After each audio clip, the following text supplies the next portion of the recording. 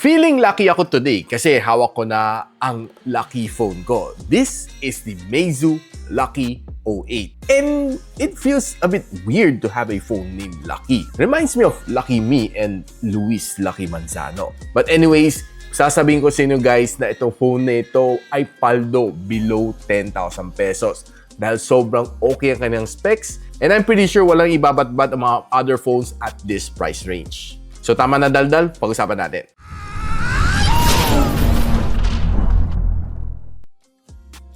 Now, itong Lucky box natin is very simple. Nakasulat lang dyan Meizu Lucky 08 and, well, sobrang simple lang. Just another white box. And quite good din ang kanyang specs, guys. Magugulat kayo pag once ni-reveal ko sa inyo mga specs na ito, no? Which is normally hindi mo makukuha at this price point. And mind you, guys, this is a global ROM phone, hindi siya China ROM. Nung binuksan ko siya, sabi ko, uy, may Google na siya naka-installed. Nandyan na si YouTube, nandyan na si Gmail, Gmaps, lahat nandyan na. So this is definitely certified a global ROM. So meron siya maliit na pouch, SIM injector tool, you get some documentation, you get a jelly case, which is jelly nga.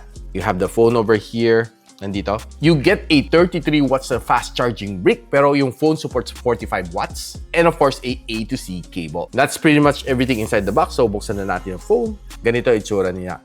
It looks quite like a Minion dahil lang sa mata ng kanyang camera module. Ganun siya, oh. And yung kanyang camera bump looks quite weird para sa akin. Ano tingin nyo, guys? Now, itong Meizu Lucky 08 na 12 gigs of RAM and 256 GB storage is currently priced at 11,300 pesos. Pero, mabibili nito kay UKDB Gadgets for just 9,000 pesos, guys. Naka-promo siya right now. So, if I were you, check the link on the description box below para makita niyo yung pricing ni UKDB Gadgets. Or just simply click the YouTube shopping link if you want to buy it online instead. Huwag na kayo paligoy-ligoy dahil ang daming scammer ngayon magpapasko. Now, pag-usapan natin yung kanyang design. Very simple lang kanyang design and yung kanyang likod is matte finish. I like yung kanyang design, quite simple except that hindi ko masyado trip lang ang kanyang camera module. It looks like a one-eyed monster. Meron siya dalawang color, meron siya starlight white and meteorite black. Hawak ko dito is the color black and I have a color red dito na power bottle which looks quite dope para sa akin. Another thing na ma-appreciate mo dito sa kanya is quite thin ang kanyang bezels for its price point and hindi rin malaki ang kanyang punch hole. And I was just hoping na sana meron siyang audio jack pero well, sad to say, wala. Malalaki ang butas na dito sa ilalim for its loudspeaker and maliliit ang butas na dito for its second loudspeaker. So for sure, merong imbalance yan. Now, on day-to-day usage naman itong phone na ito, wala ka naman maging problema. And it's quite smooth naman pag ginagamit mo to thanks to its 144Hz screen refresh rate. Probably one of the first one at this price point, guys, na merong ganong kataas na refresh rate. And this is being powered by the Qualcomm Snapdragon 7S Gen 2, which is, alam nyo na yung performance niya. It can give you some good experience given its track record. And one thing na nagustuhan ko kay 7S Gen 2 is hindi siya mainit masyado pagdating sa gaming. Now, sa Antutu version 10, nakakuha ko ng 629,000 points. And sa Antutu version 11, nakakuha ko ng 727,000 points. Yung nga lang nagtataka ko dito sa kanyang GPU, ang score niya 0. 5 beses ko inulit, ganun pa rin. Pero sa version 10, meron naman siyang score. Mas mababa nga lang. And for the other benchmark na gusto niyo makita, ito na. Now guys, itong phone na ito has a big battery. Another plus point para dito sa Meizu Lucky 08. 6,000 mAh ang kanyang battery and it has a 45 watts of fast charging experience. Yun nga lang ang kanyang charging brick na kasama sa loob ng box is just a 33 watts. Just a reminder. But you can always use yung mga charging brick like Ugree na 65 watts to achieve the 45 watts. Na-test ko na yan and yes, it's working. Now, if you're asking me kung kaya naman na magtagal ng one whole day, well, based sa aking experience, okay naman siya. It was able to give me just that. And even beyond one whole day. Siguro mga isa't kalating araw, kaya naman na itagal. Basta wala lang babad sa gaming and pagdating naman sa screen on time, nakakuha naman ako ng 15 hours na screen on time.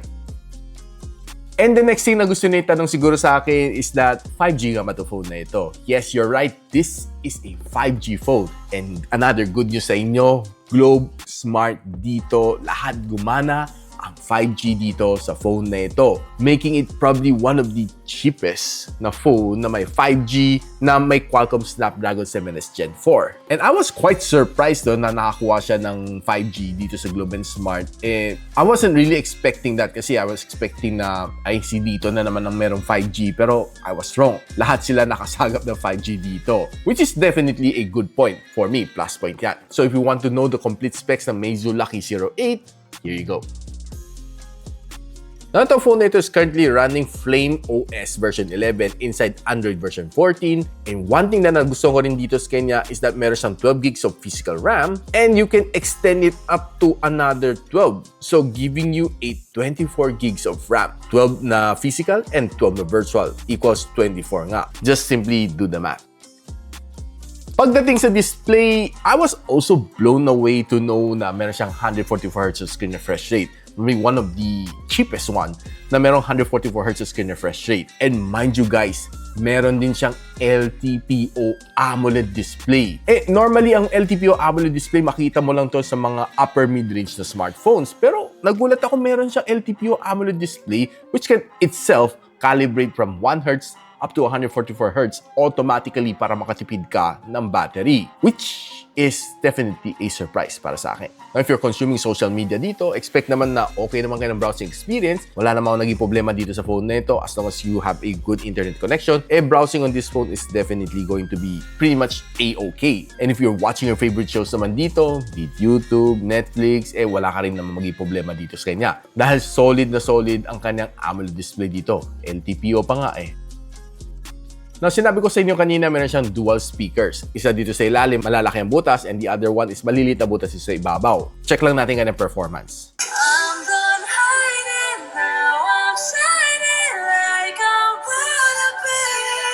Surprisingly guys, malakas ang kanyang sound. And I'm not joking, malakas nga talaga siya. Pero hindi naman siya tunog lata pag sinagad.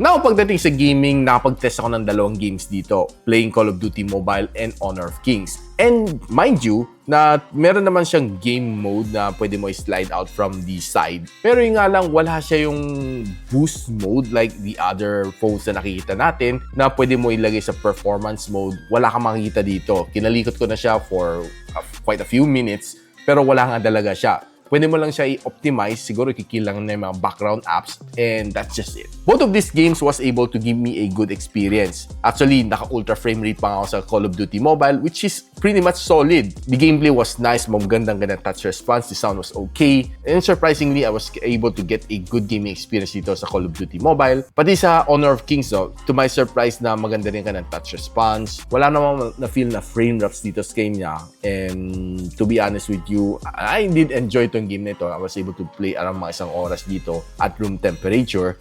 It was not hot. Pinakamainit na inabot ko lang dito is just 41 degrees Celsius. Now, pag-usapan na natin ang kanyang camera performance. This one has a 108MP main camera sensor and meron din siya 2MP na macro lens which I rarely use. Ang kanyang front-facing camera is 8MP. Kanyang rear camera can shoot it up to 4K and 30. And yung kanyang front-facing camera can shoot you up to 1080p and 30fps. Now, if you're trying to check yung mga camera shots from the Meizu Lucky 8, you'll be in for a ride. On outdoor shot, you'll be surprised na, uy, not so bad ang mga shots na nakuha ko, no? On outdoor condition, mapapansin mo na good ang kanyang mga shots. Some others are sharp and pansin ko yung kanang color tone ng green is a little bit more of the darker side, pansin ko. And one thing to notice dito sa kanya is kahit mga malilit na rosebud, full of details pa rin makaka-capture dito, which is definitely to my surprise. Mabilis naman siya mag-focus, yung ganang orange is not so bad, yung ganang orange, hindi naman siya masyadong saturated. Overall, I would say na yung ganang details is pretty solid dito sa kanang shots on the outdoor condition. Now, if you're trying to take some photos naman on low light condition, lalo sa mga food photography, pansin ko, no, medyo kulang siya ng sharpness. Siguro medyo nag-underperform to ganang camera pagdating sa low light. Pati lalo tong manok na ito, no, tong fried chicken na ito, parang medyo mas retro, vintage ang throwback yung ganang color dito rather than medyo saturated kundi na mukhang masarap na pagkain. No, that's just my opinion based dito sa mga photos na na-capture ko. Kahit itong carbonara na photo na ito, looks quite of retro throwback. Pero on some occasion naman, like itong crepe na ito, looks quite good naman siya. Pero kumbaga sa indoor food photography, medyo hit and miss siya. Pero on some photos like this, mga Christmas decors, and napag-perform naman siya. Kahit itong shot na ito, I was quite impressed din na I was able to take this good shot na ito. And pati mga shots like this one looks quite good. Pati mga simple product shot like this one, makakuha ka naman some really decent shot. And this is probably one of my favorite shot dito sa kanya. Ang ganda ng ganda pagka-focus dito and blurring it all the way to the background. Like I said, it's quite a bit hit and miss. Now, contrary to what I'm saying na hindi siya masyado saturated, itong photo na ito looks quite saturated pag pinansin mo. Hindi siya ganun katingkad na nakita ko in actual. Now, to my surprise din on night photography, okay rin naman siya. It was able to take some really nice snaps like this one. Okay din mga shots na nakuha ko. And night scene is just okay. Not really the best na makuha mo, pero at this price point, I ain't complaining kasi it was able to get me some nice decent na night mode shot. Now, tinry ko rin naman gamitin ang kanang zooming capability, and this is a normal shot and you can zoom it all the way to 8 times zoom. Pansin ko, no, up to 8 times zooming, pixelated na siya. Now, on outdoor condition, looking decent naman ang kanang front-facing camera. Was able to take some nice snaps naman on outdoor condition. Wala akong naging problema. Medyo preserve naman mga details sa aking mukha, though there's a little bit of a beautification going on kahit naka-off yung beautification niya. Pero on indoor photography, doon mo mapapansin na nagiging soft na siya. And even on further low-light photography, on nung gabi na, mas grabe pa ang shots na nakuha ko dito sa kanya. Now, let's check out some videos from the front-facing camera. So guys, ito yung quality na makukuha mo from the Meizu Lucky 8 shooting at 1080p and 30 fps. And well, honestly, it's a little grainy pag tinitingnan ko. Hindi naman siya shaky masyado. Well, honestly, overall, it's just okay. And let's check out some videos from the rear camera. And ito naman the resolution you'll be getting if you're shooting using the rear camera na Meizu Lucky 8. Surprisingly, kaya namang 4K and 30 fps. Quite stable naman siya. Well, based on my observation. Tingin nyo. Ano sa inyo, guys? Now guys, with a phone this cheap, pag mabili mo ng 9,000 to kay UKDB, masasabi ko sila guys, sobrang sulit na sulit ang 9,000 pesos mo dito sa phone na ito. Dahil 1, you get a good processor, 2, you get a really good camera, 3, you get a really nice screen na may LTPO AMOLED display na 144Hz. Camera is just okay. Probably I would say na it's pretty solid na para sa below 10,000 pesos. The only thing na hindi ko gusto dito is yung kanyang itsura ng kanyang camera bump. All of the other things are pretty much on the upside. Global ROM na rin siya and meron pa siyang 5G support. Globe, Smart, and Dito SIM. I wonder ba't walang taong nagha-hype dito sa phone na ito. It's pretty much worth the hype and yung Flame OS niya dito is pretty much a very vanilla Android feel. So, wala kang makikita masyadong bloatwares dito. Wala rin ako na-encounter na ads. So, you can definitely consider this one. Now, if you're interested dito sa phone na ito, you can check out UKDB Gadget sa kanyang Facebook page or check the links that I'll post on the description box below kung gusto nyo bilhin online. Now, if you like this video, don't forget to share to your friends, lalo sa mga naghahanap ng phone ng paldo below 10,000 pesos. And definitely, this is hard for me not to recommend. Itong Meizu Lucky 08. So if you're feeling lucky today, don't forget to like and subscribe sa aking channel. And hanggang dito muna ako. I'll see you when you see me. Peace out. And so, ako para si Richmond and you're watching Gadget Sidekick. What's up? Like and subscribe to my channel. Don't forget to hit that notification bell. For one of my latest uploads, click the dito. And for one of my popular uploads, click here.